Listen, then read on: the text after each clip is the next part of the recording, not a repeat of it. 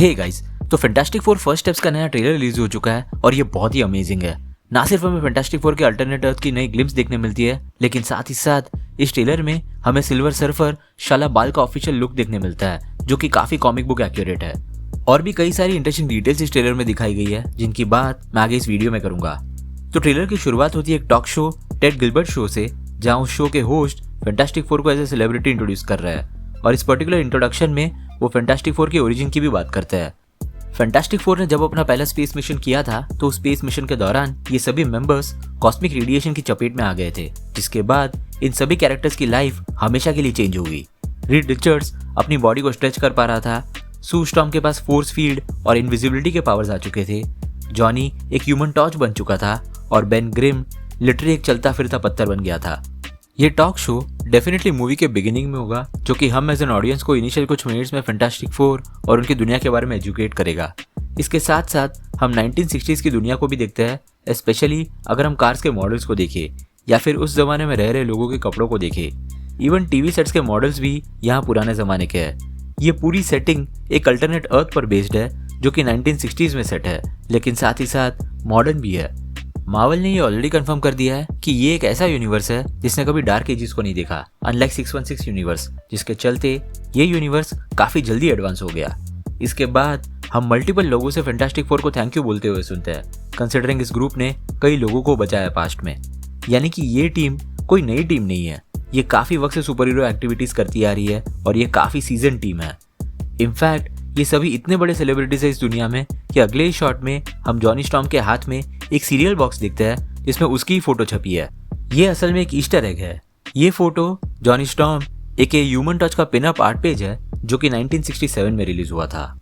उसके बाद हम सू स्टॉर्म और रीड रिचर्ड्स को डिनर पर लेट आते हुए देखते हैं। अगर आपको याद हो तो रीड रिचर्ड्स ने फैंटास्टिक फोर फर्स्ट स्टेप्स के पहले ट्रेलर में कहा था कि उनकी पूरी फैमिली एक साथ संडे शाम 7 बजे डिनर करती है, और इवन एक्स पे फैंटास्टिक फोर की सोशल मीडिया टीम फरवरी से लेकर पिछले हफ्ते तक हर संडे शाम 7 बजे यही क्लिप पोस्ट किया करती थी।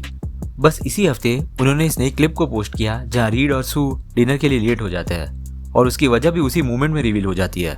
सू स्टॉर्म प्रेग्नेंट है और कॉमिक्स में रीड और सू के पहले चाइल्ड का नाम था फ्रैंकलिन रिचर्ड्स। फ्रैंकलिन रिचर्ड्स एक बहुत ही पावरफुल रियलिटी वॉपर और एक ओमेगा लेवल म्यूटेंट है। इवन तो कॉमिक्स में उसकी एज कम है, लेकिन एक इन्फेंट एज में भी वो पॉकेट यूनिवर्स तक क्रिएट कर सकता था।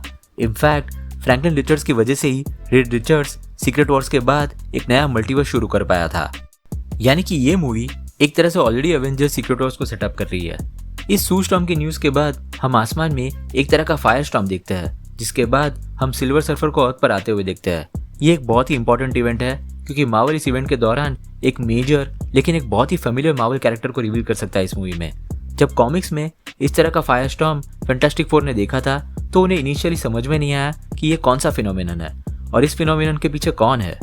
और ठीक थोड़ी देर बाद फैंटास्टिक फोर के सामने वॉचर अपीयर हुआ, वही वॉचर जिसे हमने व्हाट इफ सीरीज में देखा है।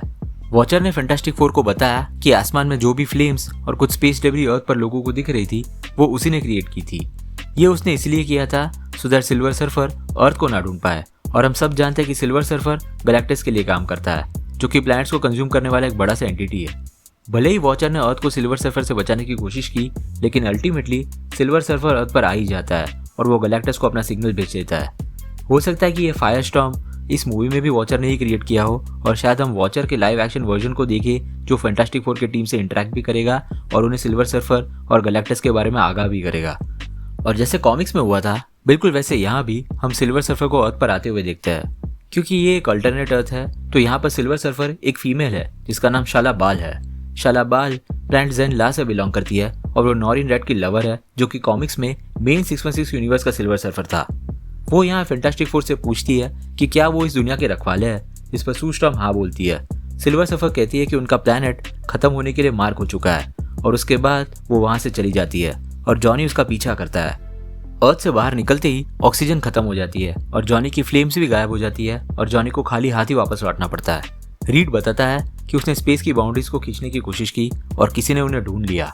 ऑफ कोर्स वो यहाँ गैलेक्टस की बात कर रहा है, लेकिन एक सवाल यहाँ आता है कि आखिर रीड ऐसा क्या रिसर्च कर रहा था, और गैलेक्टस और सिल्वर सर्फर अभी क्यों इतने इंटरेस्टेड हुए अर्थ को लेके। अगर कुछ रूमर्स की माने तो गैलेक्टस सू और रीड के आने वाले बेबी फ्रैंकलिन के लिए अर्थ पर आता है। बेबी फ्रैंकलिन के पास एक बहुत ही रेयर जेनेटिक क्वालिटी है जो उसे गॉड लाइक मॉलिक्यूलर मैनिपुलेशन के पावर्स देती है, बेसिकली रियलिटी वॉपिंग पावर्स, जिसकी बात मैंने थोड़ी देर पहले की थी। जब सिल्वर सर्फर फैंटास्टिक फोर से इंटरेक्ट करने के बाद चली जाती है तो उसके बाद फैंटास्टिक फोर की पूरी टीम फिर से एक स्पेस मिशन की तैयारी करती है। उनका प्लान असल में गैलेक्टस को कन्फ्रंट करना है और उसे जानना है कि आखिर क्यों वो अर्थ में इंटरेस्टेड है। हालांकि जब फैंटास्टिक फोर की टीम स्पेस के लिए रवाना होती है तो उस वक्त सू लेबर में चली जाती है और इसी स्पेस मिशन के दौरान बेबी फ्रैंकलिन बॉर्न होता है। इन रूमर्स के हिसाब से जब फैंटास्टिक फोर की टीम फाइनली गैलेक्टस को कन्फ्रंट करती है स्पेस में तो गैलेक्टस फैंटास्टिक फोर के अर्थ को छोड़ देने की बात करता है अगर रीड और सू बेबी फ्रैंकलिन को उसे सौंप देते हैं। गैलेक्टस दरअसल फ्रैंकलिन के पावर्स को यूज करना चाहता है अपने मरे हुए यूनिवर्स को फिर से जिंदा करने के लिए। कॉमिक्स में गैलेक्टस हमेशा से एक कॉस्मिक बीइंग नहीं था जो दूसरे प्लैनेट्स की लाइफ एनर्जी को कंज्यूम करता था। वो दरअसल पिछली मल्टीवर्स साइकिल जिसे 6th कॉस्मोस कहा गया है कॉमिक्स में, उस साइकिल में एक मॉर्टल बीइंग हुआ करता था जिसका नाम गेलन था, गेलन ऑफ टा। जब उसका यूनिवर्स खत्म हो रहा था तो उसे एक cosmic entity sentience of 6th Cosmos ने अप्रोच किया और ये एंटिटी उसके साथ फ्यूज हो गई। इसके बाद वो current multiverse cycle 7th Cosmos में आ गया जहां वो गैलेक्टस बनकर इमर्ज हुआ।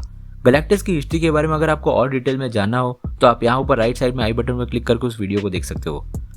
अब जिस रूमर की बात की मैंने उसके थोड़े विजुअल्स इस ट्रेलर में ऑलरेडी कंफर्म हो चुके हैं, स्पेशली फैंटास्टिक फोर के दोबारा स्पेस मिशन पर जाने को लेके, जिसका मतलब है कि फ्रैंकलिन रिचर्ड्स के स्पेस में बॉर्न होने वाला रूमर भी प्रोबेबली सही होगा।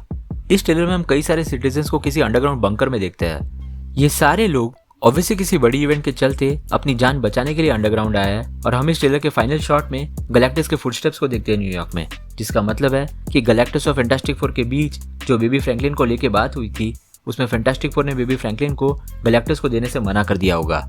अब फैंटास्टिक फोर और गैलेक्टस की इस फाइट से लोगों को बचाने के लिए या तो रीड रिचर्ड्स ने खुद लोगों के लिए अंडरग्राउंड बंकर्स पहले से बनाए होंगे सो दैट उस सिटी के लोग सेफ रह सके इस कॉन्फ्लिक्ट के वक्त, या फिर ये भी पॉसिबल है कि ये अंडरग्राउंड बंकर्स असल में मोल मैन ने बनाए हो। मार्वल ने ऑलरेडी कंफर्म कर दिया है कि कॉमिक्स में फैंटास्टिक फोर का सबसे पहला विलन मोल मैन भी इस मूवी में होने वाला है। कॉमिक्स में मोल मैन जमीन के नीचे रहा करता था और उसका एक अंडरग्राउंड किंगडम था जिसका नाम सबटरेनिया था। अब ये मैं इसलिए बता रहा हूँ क्योंकि पिछले साल 2024 के कॉमिक कॉन में मार्वल ने फैंटास्टिक फोर का एक सुवीनियर सभी फैंस को दिया था जिसमें फैंटास्टिक फोर के इस अल्टरनेट अर्थ के न्यूयॉर्क का मैप था। अगर हम उस मैप को देखें तो उस मैप में जगह जगह पर एक सब एंट्रेंस दिखाया गया है। ये सब एंट्रेंस प्रोबेबली मोल मैन के इस सबटरेनिया किंगडम में जाने का रास्ता होगा और न्यूयॉर्क के जितने भी लोग गैलेक्टस और फैंटास्टिक फोर के बैटल के दौरान बचने की कोशिश कर रहे हैं उन सभी लोगों को मोल मैन ने अपने किंगडम में रेफ्यूज दिया होगा। इसलिए हम मल्टीपल शॉट्स में फैंटास्टिक फोर को एक खाली पड़े न्यूयॉर्क में देखते हैं। इसके बाद हम एक मोन्टाज देखते हैं सभी फैंटास्टिक फोर मेंबर्स का अपने पावर्स को यूज करते हुए। फैंटास्टिक फोर के बाकी सारे मेंबर्स के पावर्स को ऑलरेडी टीजर में दिखाया गया था, लेकिन इस ट्रेलर में फाइनली हम पहली बार रीड के पावर्स को देखते हैं जो कि बहुत ही अमेजिंग है। प्रोबेबली अभी और VFX का काम बचा हुआ होगा और शायद आने वाले ट्रेलर्स में हमें और ग्लिम्स देखने मिलेगी उसके पावर्स की। ओवरऑल ये ट्रेलर ज़्यादा कुछ रिवील नहीं करता गैलेक्टस के लुक को लेके।